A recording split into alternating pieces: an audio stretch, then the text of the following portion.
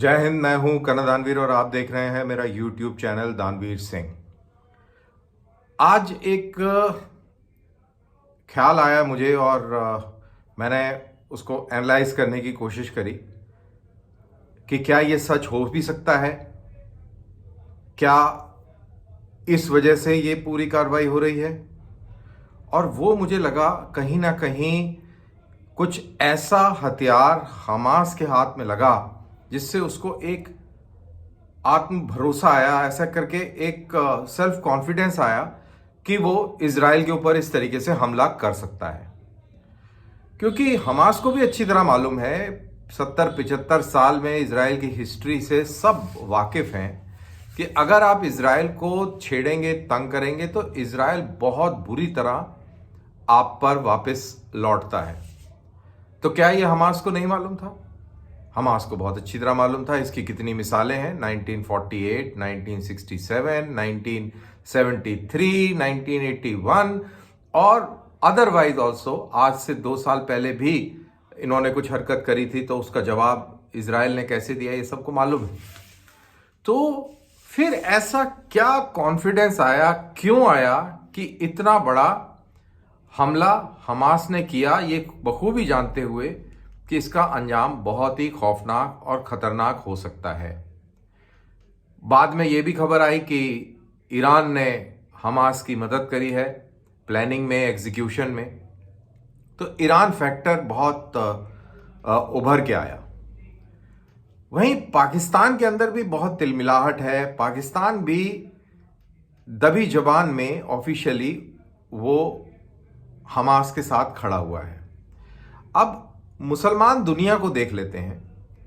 Iran, Qatar, Syria, ये खुल के हमास के साथ खड़े हैं। तुर्की और पाकिस्तान दबी जबान से हमास का समर्थन कर रहे हैं और बाकी अरब मुल्क फिलिस्तीनियों का समर्थन कर रहे हैं।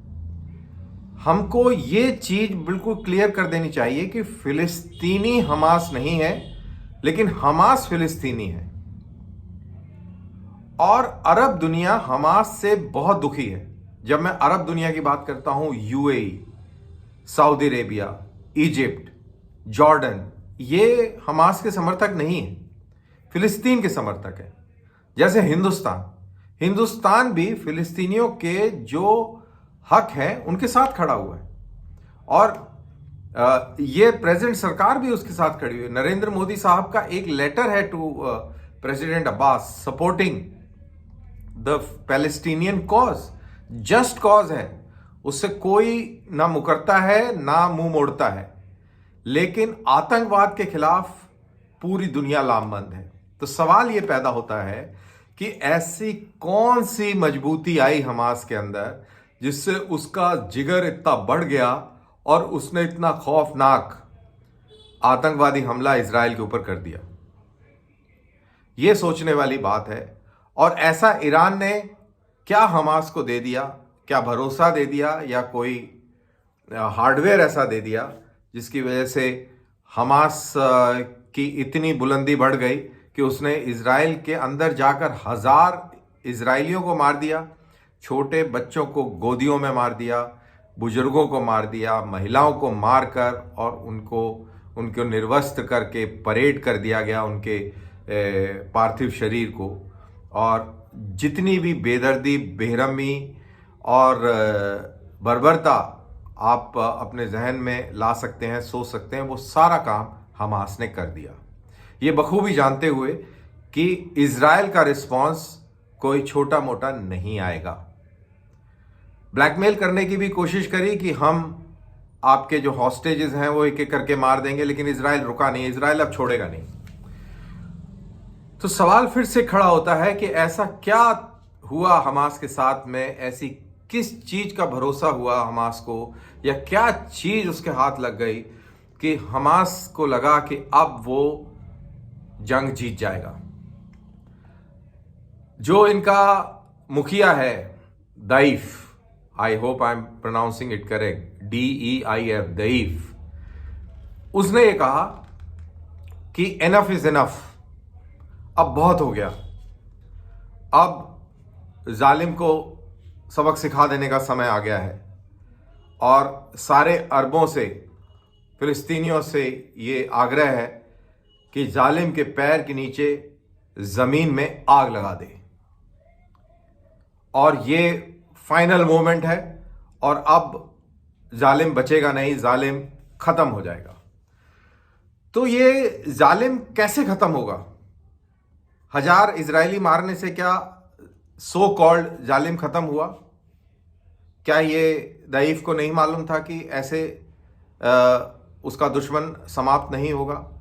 तो फिर वो क्या था? वहीं अमेरिका ने 2 कैरियर ग्रुप, एक गेराल्ड फोर्ड और एक और, मैं रॉयटर्स में खबर पढ़ी कल कि दूसरा कैरियर ग्रुप भी रवाना कर दिया गया है। तो 2 कैरियर ग्रुप बहुत ज़्यादा होते हैं। 2 कैरियर ग्रुप का मतलब हो गया, आप समझ लीजिए कि इंडिया की तकरीबन 2 नेवी के बराबर फायर पावर के साथ 2 कैरियर ग्रुप। बहुत ज़बरदस्त एयर पावर, बहुत ज़बरदस्त क्रूज मिसाइल्स वाली पावर, बहुत ज़बरदस्त न्यूक्लियर वेपन्स वाली पावर इन कैरियर ग्रुप्स में है।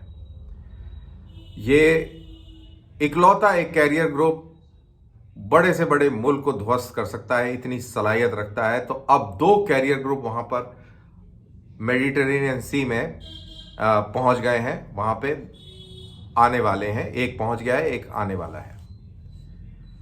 तो क्या 1967 में कैरियर ग्रुप आया था? क्या 73 में आया था? क्या 81 में आया था? ये एक शोध का विषय है।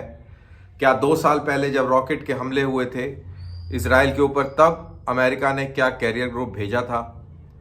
और ईरान और इजराइल को लेकर इजराइल की मुसाद ने ईरान के टॉप न्यूक्लियर साइंटिस्ट को पिछले 2-3 साल के अंदर मारा है और उसकी जिम्मेवारी भी ली है। वहीं उसके जवाब में ईरान ने कहा है कि इसका बहुत बड़ा खामियाजा इजराइल को भुगतना पड़ेगा। तो क्या है वो बड़ा खामियाजा? क्या वो यही 1000 लोगों को मारने का बड़ा खामियाजा था जिसका ईरान जिक्र करता था? और यही वो एक्शन था जिससे दाइफ की भाषा में जालिम के पैर के नीचे सारी जमीन को आग लगा दो, और क्या वो आग लग गई? अब मैं ये सोचने पे मजबूर था कि ऐसा क्या चमत्कारी आला दाइफ के पास आ गया है। तो मेरे को ऐसे ही ख्याल आया, आई होप ऐसा ना हो कि दाइफ को कहीं ईरान जैसे मुल्क ने, कहीं पाकिस्तान जैसे शैतानी ताकत ने कोई डर्टी बॉम्ब तो नहीं दे दिया है दाइफ को? क्या न्यूक्लियर एंगल तो नहीं इस पूरे कॉन्फ्लिक्ट में ऐड होने वाला है? क्या इस तरीके का कोई आश्वासन दिया गया था दाइफ को कि इस तरीके की जंग छेड़ दो और हम तुम्हारे को इस तरीके से मदद करेंगे? या इसको एक डर्टी बॉम्ब मतलब कि न्यूक्लियर का एक क्रूड बॉम्ब, नुकसान उससे भी बहुत होता है। क्या ये कुछ इस तरीके की चीज है जिसकी वजह से हौसला आया है?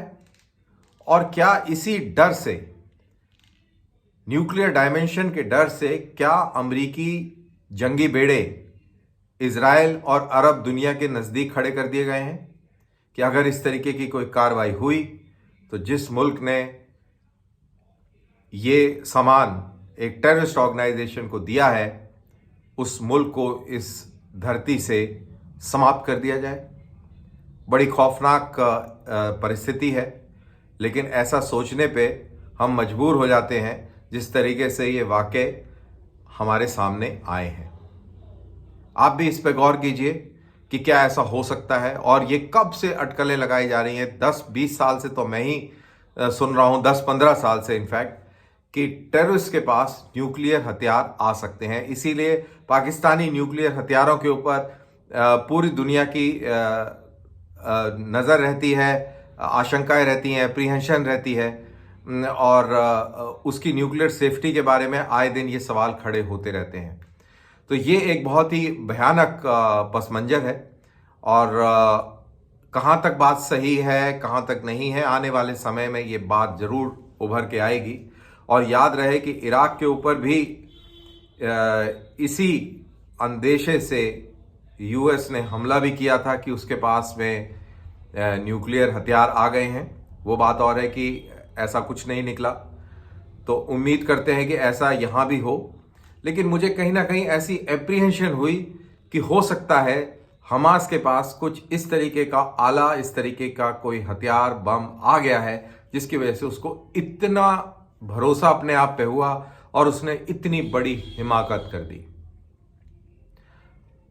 अगर ऐसा हुआ है तो ये मानने में कोई गुरेज नहीं होगा कि इजराइल की टॉप एजेंसी, दुनिया की टॉप एजेंसी मोसाद पूरी तरह फेल हो गई है, CIA पूरी तरह फेल हो गया है। और इस फेलियर का खामियाजा करोड़ों करोड़ों लोग और उनकी मासूमियत देती और दे सकती है। तो उम्मीद करते हैं कि ऐसा कुछ भी ना हो और ये इमेजिनेशन ही हो। लेकिन ऐसा ख्याल आया तो मुझे लगा कि इस ख्याल के ऊपर ही आपके साथ ख्याल शेयर कर दूं।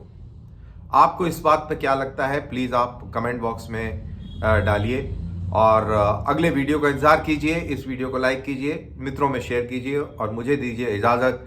जय हिंद।